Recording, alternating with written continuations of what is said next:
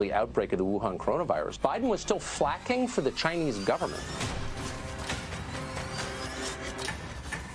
Like, I don't know how this is, like, do people, like, find this convincing when you, like, post people who are completely, like, supportive of you and openly so, and, like, this is what the objective news is saying, or it's just, like, it's just a narrator, it just doesn't matter, like, it just doesn't make any sense. But, yeah. Villainizing China could be, I think, though, a very smart topic, and here's a guy who wants to probably bomb the crap out of them. Good evening. Tom Cotton. I'm Senator Tom Cotton. A lot's changed in 4 years. Back then, we gathered in a rowdy arena. Apparently, he would buy his Tonight, wife a birthday cake while I stand alone. every week. So stands alone. That was the motto of my old Army unit, the 506th Infantry, the original also band a of brothers. dead From the Normandy beaches psycho. to the Iraqi desert, we fought alongside each other, but we were always prepared to stand alone. And so it is with our nation. We lead the free world, but we'll stand alone if we must to defend America. Donald Trump understands this. He puts America first. That's why America is safer now than 4 years ago.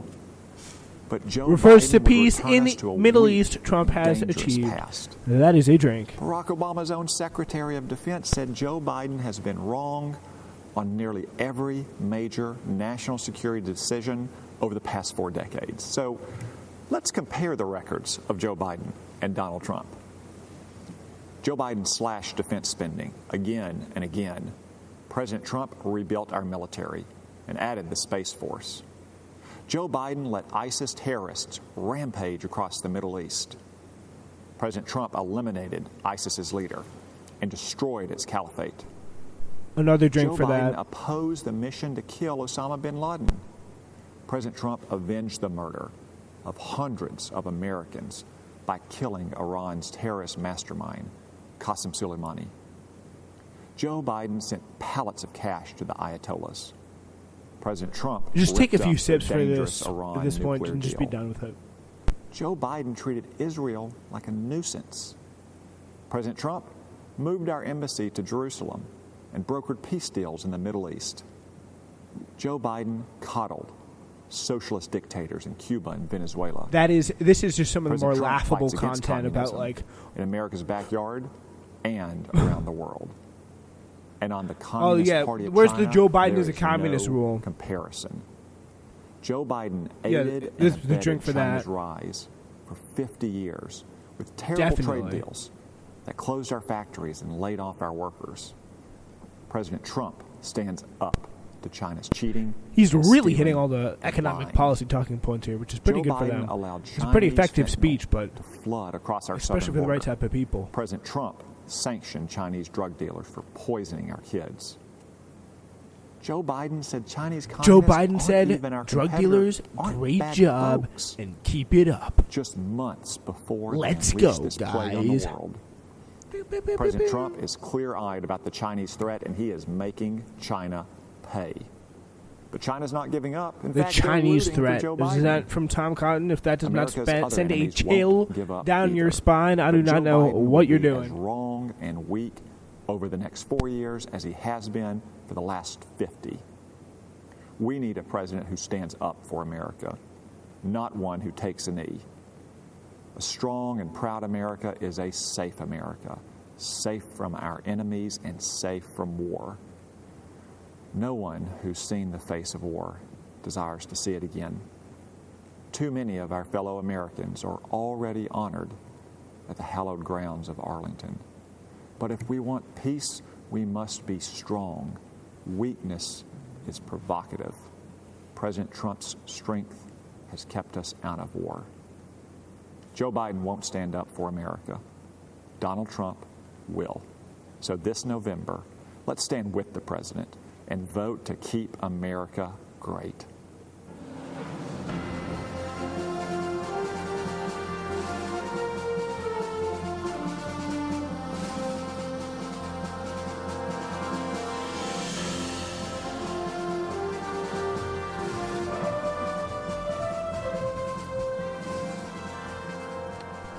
My name is are Marcia these? Mueller.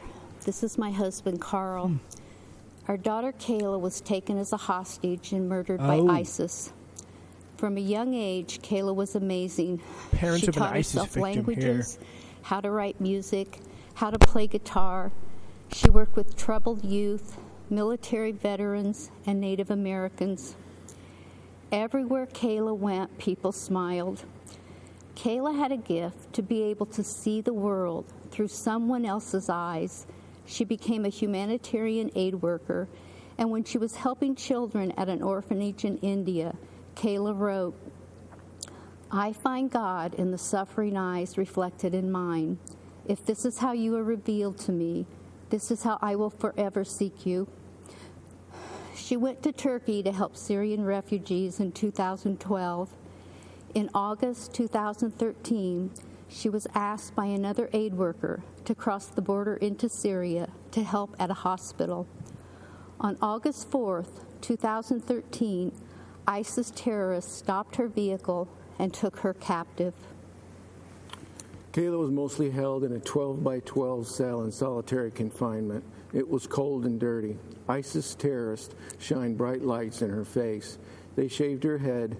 They beat her and tortured her. The leader of ISIS, Abu Bakr al-Baghdadi, raped her repeatedly.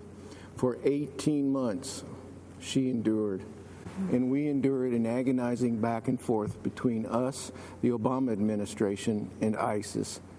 We put all our faith in the government, but the government let us down. President Obama refused to meet with us until ISIS had already beheaded other Americans. To this day, we've never heard from Joe Biden. Instead, the Obama administration had hid behind policy so much that we felt hopeless when they kept us from negotiating to save Kayla's life. The administration showed more concern for the terrorists in Guantanamo than the American hostages in Syria. The military prepared a rescue mission, but the White House delayed it. By the time it went forward, Kayla had been moved to another location. After 18 months of brutal torture, we learned from ISIS that Kayla had been killed. The Obama administration kept telling us they were doing everything they could, but their version of everything wasn't enough. What a difference a president makes. Under President Trump, U.S. Army Special Operators conducted a raid on al-Baghdadi's compound. After we learned that al-Baghdadi was killed, we learned something else. The operators named themselves Task Force 814 after August 14th, Kayla's birthday. And the mission was named Operation Kayla Mueller. To those soldiers, thank you. Kayla was looking down on you. The Trump team gave us empathy we never received from the Obama administration. The Obama administration said it was doing everything it could. The Trump administration is. Let me just say this. Kayla should be here. If Donald Trump had been president when Kayla was captured, she would be here today. When Kayla was a hostage, I'd go outside at night and look at the moon. I'd look at the moon and I'd promise her I'd do everything I could to get her home. Now when I see the moon, I'm reminded of my promise to her I couldn't keep. All Kayla wanted was to make it home. We are still working to find her, and God willing, we will bring her home. Kayla was born a miracle. We were told we would never have a second child, but God gave us Kayla, and she gave herself to the world. 8 months into Kayla's captivity, another hostage was able to smuggle out a letter Kayla had written. As we read it, we could see that God was holding her in his arms. In her words, she felt tenderly cradled in free fall. She also wrote, "I have been shown in darkness light and have learned that even in prison one can be free. I am grateful. I have had many hours to think how only in your absence have I finally, at 25 years old, come to realize your place in my life. None of us could have known it would be this long, but no, I am also fighting for my side in the ways I am able, and I have a lot of fight left inside of me. I am not breaking down, and I will not give in, no matter how long it takes. Kayla taught me so many things as her mom. She's still teaching us. Carl and I support Donald Trump because of his commitment to make and keep America great, not with the power of the government, but with the passion of people like Kayla, Americans who, even in the darkest days, always have more fight left inside of them. Americans who don't just talk, they act. That was our daughter. That's President Trump. As long as we stay strong like Kayla, as long as we refuse to break, we will be great. Thank you.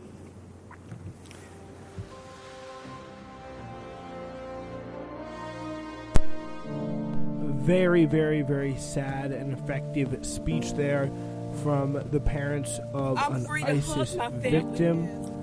Now we go to Alice Johnson. Really good. My heart is just bursting. Really good story for Trump. Bring this. I want to thank President Donald Trump. I mean, not even making it a widespread thing, but just doing it once was a big, big deal. Almost all people said that criminal justice And signing the First Step Act was a big, big deal. It was something that nobody else did. Obama didn't even do something that effective. It was something he could really use to hammer Joe Biden with if he had done it. God bless if he had ran his campaign the right way and stopped trying to paint him like Bernie 2.0 and more like Hillary 2.0. And now she's going to speak. And I'm Alice. Yeah, I think she definitely should have been freed, and it was totally the right thing to do. That the only way I would ever be reunited with my family would be as a corpse. But by the grace of God and the compassion of President Donald John Trump, I stand before you tonight, and I assure you, I'm not a ghost. I am alive, I am well, and most importantly, I am free. In 1996, I began serving time in prison, life plus 25 years. I had never been in trouble. I was a first-time And by the way, probably the best offender. night I've seen of the RNC What I did yet. was wrong. I made decisions that I regret. Some say, you do the crime, you do the time.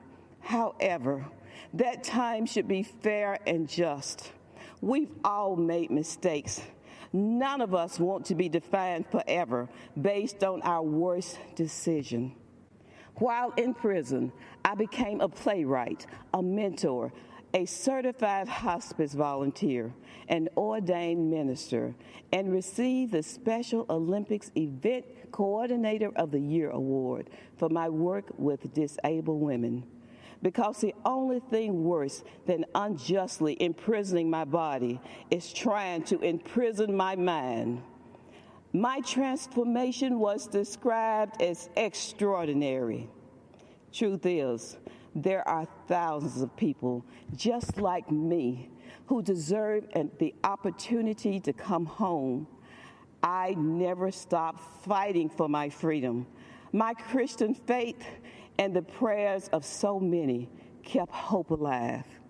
When President Trump heard about me, about the injustice of my story, he saw me as a person. He had compassion, and he acted. Free in body thanks to President Trump, but free in mind thanks to the Almighty God. I couldn't believe it. I always remembered that God knew my name, even in my darkest hour. But I never thought a president would. When I was released on June 6, 2018, I ran across that road and hugged my grandchildren for the first time. I'll never forget that feeling. And then I remembered the promise I had made to the men and women I left behind, that I would never stop fighting for them, and I haven't. I'm using my voice to tell their stories, and I pray that my face reminds you of those forgotten faces. 6 months after President Trump granted me a second chance, he signed the First Step Act into law. It was real justice reform, and it brought joy, hope, and freedom to thousands of well-deserving people.